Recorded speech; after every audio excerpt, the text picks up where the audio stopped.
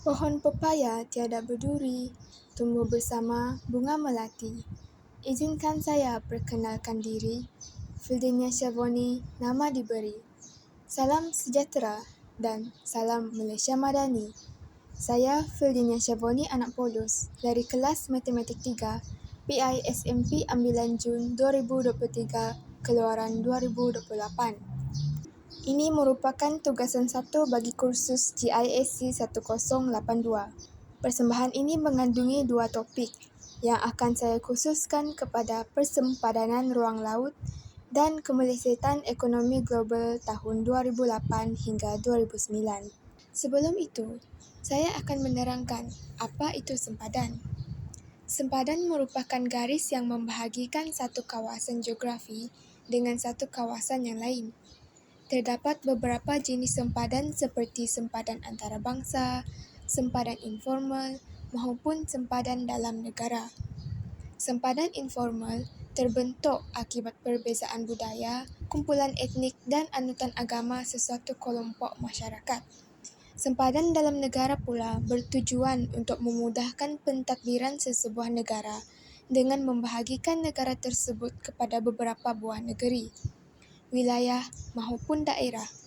Sempadan antarabangsa ialah garisan sempadan yang membahagikan sesebuah negara dengan sebuah negara yang lain. Pembentukan sempadan adalah hasil daripada persetujuan bersama atau melalui perjanjian antara pihak yang terlibat. Namun, tidak dapat dinafikan bahawa pertikaian sempadan turut banyak berlaku. Pertikaian ini wujud apabila sesebuah negara menuntut kawasan berhampiran dengan negaranya disebabkan oleh sesuatu kualiti yang dimiliki oleh kawasan tersebut. Misalnya, dari segi kepentingan sejarah, kawasan berstrategi dan sumber ekonomi yang berpotensi seperti hasil minyak maupun kawasan laut dalam untuk tujuan pelabuhan. Disebabkan topik persempadanan ini agak meluas, saya hanya akan membahaskan tentang sempadan ruang laut, iaitu sempadan maritim. Sempadan maritim ialah pembahagian kawasan permukaan air berasaskan kriteria fisiografi dan geopolitik. Sempadan maritim wujud dalam konteks perairan wilayah, zon bersempadan dan zon ekonomi eksklusif. Oleh itu, saya akan unjurkan beberapa isu pertinggihan yang telah melibatkan negara kita. Pertama, isu tuntutan bertindih Pulau Batu Putih. Saya yakin ramai yang pernah terdengar tentang isu Pulau Batu Putih ini dan bagaimana kita terlepas hak ke atas pulau ini kepada negara jiran kita, iaitu Singapura. Pulau Batu Putih terletak berhampiran dengan pulau-pulau sekitarnya seperti Batuan Tengah dan Tubir Selatan yang juga menjadi subjek utama tentang pertindihan antara Singapura dan Malaysia. Konflik ini bermula apabila Malaysia memasukkan Pulau Batu Putih dalam peta Malaysia pada tahun 1979 dan Singapura mendakwa pulau tersebut miliknya. Kedua-dua negara kemudian bersetuju untuk menyelesaikan masalah ini melalui Mahkamah Keadilan Antarabangsa ICJ pada 6 November 2007. Terdapat beberapa hujah yang dikemukakan semasa perbicaraan. Antaranya ialah Singapura mendakwa Pulau Batu Putih tidak bertuan pada tahun 1847. Namun, Malaysia menyangkal hujah Singapura dan menyatakan bahawa Pulau Putih mempunyai tuan dan pemiliknya iaitu Kesultanan Johor. Singapura juga mendakwa pada tahun 1847 hingga 1851 Britain mempunyai pemilikan ke atas Pulau Batu Putih. Malaysia menyangkal juga hujah tersebut dan menyatakan bahawa Sultan dan Temenggung Johor yang memberi kebenaran kepada British melalui surat bertarikh 1844. Seterusnya, Singapura mendakwa berjaya membuktikan dalam tempoh 1847 hingga 1851 British memperoleh hak kedaulatan melalui 2 kriteria, iaitu niat dan kegiatan. Manakala di pihak Malaysia pula, tiada sebarang bukti ataupun tadbiran berkesan ke atas Pulau Batu Putih walaupun Malaysia mempunyai hak milik asal ke atas pulau tersebut. Selain itu, Singapura juga mendakwa pemangku setiausaha Kerajaan Johor telah menulis surat rasmi kepada Singapura bahawa Johor tidak menuntut hak milik pulau tersebut. Malaysia berhujah bahawa tindakan tersebut dari segi undang-undang antarabangsa sepatutnya tidak meninggalkan kesan, kuasa dan kepentingan dalam kes ini. Mahkamah Keadilan Antarabangsa kemudiannya memutuskan Singapura mempunyai hak ke atas Pulau Batu Putih dan Malaysia pula mempunyai hak ke atas Pulau Batuan Tengah. Manakala hak milik Pulau Tebing Selatan akan ditentukan mengikut persempadanan perairan negara yang menguasainya. Mahkamah menerima hujah Malaysia bahawa Kesultanan Johor mempunyai hak kedaulatan ke atas Pulau Batu Putih bermula sebelum 18,000 hingga 1840. Manakala Singapura pula sudah mempunyai hak kedaulatan ke atas Pulau Batu Putih sejak 1980 lagi. Kesimpulannya, keputusan Mahkamah Keadilan Antarabangsa adalah muktamad. Namun, Malaysia dikatakan sedang berusaha membuat rayuan terhadap keputusan yang telah diputuskan. Seterusnya ialah tuntutan bertindih Pulau Ligitan dan Sipadan. Ligitan adalah sebuah pulau di negeri Sabah. Pulau ini terletak 34 km dari pantai daratan Sabah, manakala 93 km dari Pulau Sebatik di hujung timur Laut Kalimantan. Pulau ini telah diwartakan sebagai tempat perlindungan kehidupan liar pada tahun 1993. Sejak penghujung 1970-an, pulau ini menarik perhatian penyelam-penyelam rekreasi dari seluruh dunia. Pulau Sipadan pernah dituntut oleh dua negara ASEAN iaitu Malaysia dan Indonesia. Konflik ini bermula apabila Malaysia menerbitkan Peta Baharu pada 1979 yang menunjukkan Sipadan dan Ligitan ini berada di bawah kedaulatan Malaysia. Hal ini menyebabkan Indonesia tidak berpuas hati. Sejak sekian lama, kedua-dua pulau tersebut ditadbir oleh Malaysia. Pada 26 Mac 1980, pertemuan antara Presiden Soeharto dan Datuk Hussein Onn di Kuantan memutuskan untuk menyelesaikan masalah melalui rundingan. Namun, usaha tersebut gagal. Walaupun pulau-pulau tersebut masih dalam pertikaian, tetapi Malaysia telah membangunkan Pulau Sipadan sebagai tempat pelancongan, menyebabkan Indonesia membuat bantahan. Rundingan melalui Pertubuhan ASEAN dilakukan bagi menyelesaikan pertikaian tersebut, namun tetap gagal. Pada 2 November 1998, kedua-dua pihak bersetuju untuk membawa kes ini ke Mahkamah Keadilan Antarabangsa (ICJ). Pada 3 Jun 2002, wakil Malaysia dan Indonesia membentang hujah masing-masing bagi mempertahankan hak ke atas pulau-pulau tersebut. Pada 17 Disember 2002, keputusan dikeluarkan di mana hak kedaulatan terhadap wilayah Pulau Sipadan dan Pulau Ligitan diberikan kepada Malaysia. Indonesia pula pada akhirnya bersetuju bahawa kedua-dua pulau ini menjadi milik Malaysia. Seterusnya ialah tuntutan bertindih Pulau Layang-Layang. Pulau Layang-Layang juga menjadi tempat perlindungan kepada beribu-ribu ekor burung berpindah. Inisiatif untuk memiliki Pulau Layang-Layang dilakukan oleh bekas Perdana Menteri kita, Tun Dr. Mahathir. Beliau telah mengarahkan supaya TLDM membina satu penanda yang menunjukkan pulau ini telah diduduki oleh Malaysia. Sejak itu, Tun Dr. Mahathir terus-menerus membangun dan mewujudkan kedaulatan Malaysia di pulau tersebut. Pada masa ini, Malaysia telah mempunyai penempatan tetap anggota TLDM yang berpangkalan di situ. Pada awalnya, Pulau Layang-Layang belum ada. Yang ada hanyalah terumbu yang besarnya hanya sekangkang kera. Dengan kepimpinan berani Tun Dr. Mahathir, terumbu ini ditambak menggunakan tanah yang diangkut dari Sabah, sehinggakan saiznya berkali ganda dari saiz asal. Pulau ini seterusnya menempatkan markas tentera, pangkalan TLDM, sebuah resort dan sebuah landasan terbang. Pulau layang-layang merupakan kubu pertahanan utama kita di Laut China Selatan, mengawasi laut zon ekonomi eksklusif.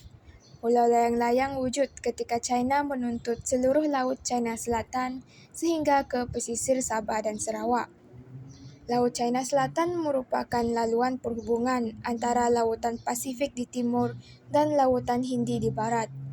Keindahan dasar lautnya menjadi faktor perairan ini menjadi rebutan. Konflik ini secara langsung telah membuka mata negara lain yang bersempadan dengan Laut China Selatan untuk membuat tuntutan dan penempatan di terumbu berkenaan, termasuklah Malaysia. Antara negara yang terlibat ialah China, Vietnam dan Filipina. Pulau ini juga menjadi saksi perjuangan Angkatan Tentera Malaysia yang mengambil pulau terumbu sekangkang kera itu daripada masuk campur Vietnam, Filipina dan China, sehingga dimajukan sebagai pusat pelancongan.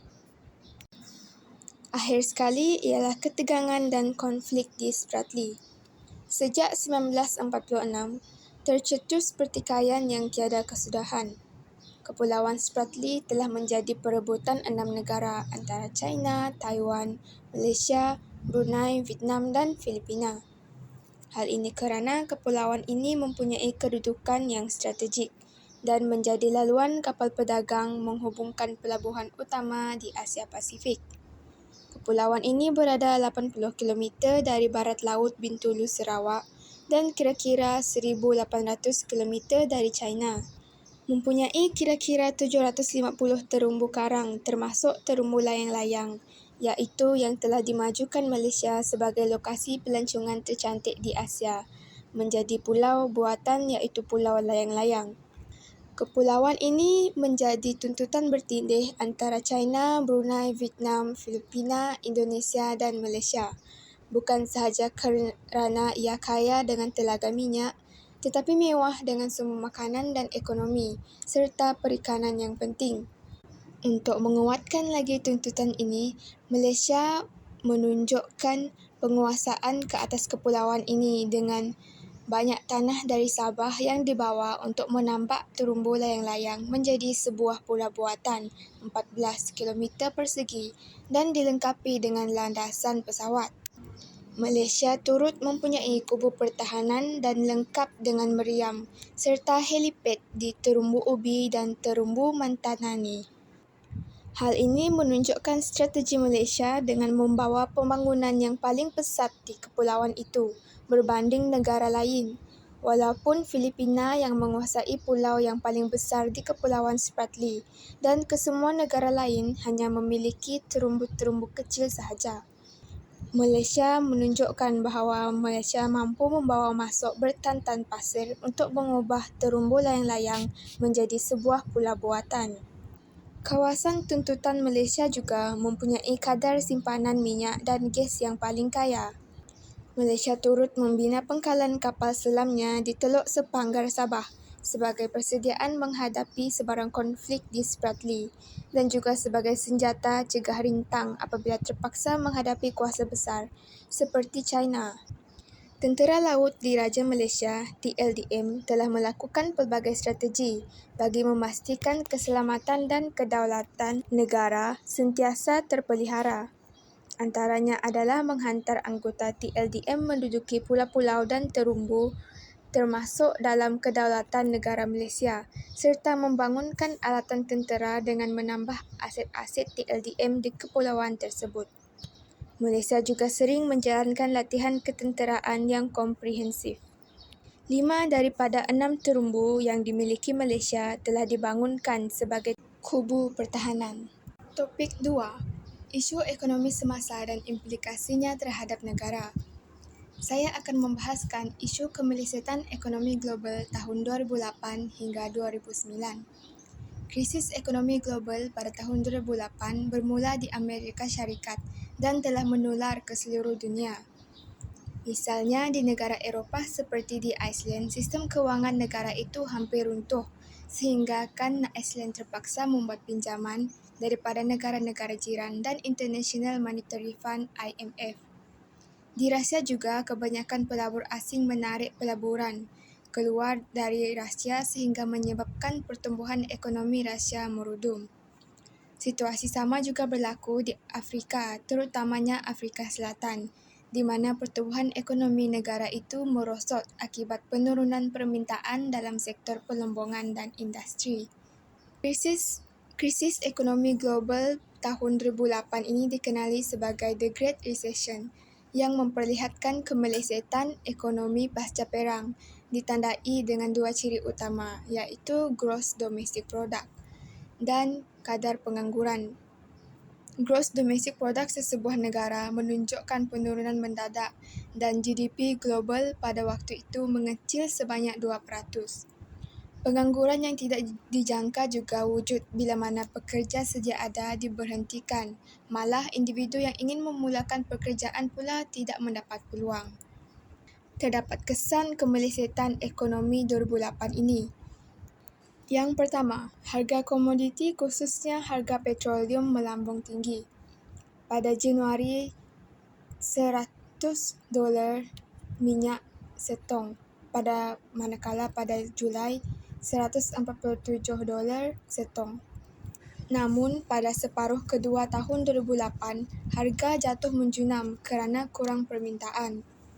Harga makanan dan bahan mentah juga memuncak kerana sumber ini dijadikan alternatif kepada petroleum. Seterusnya, inflasi melanda dunia.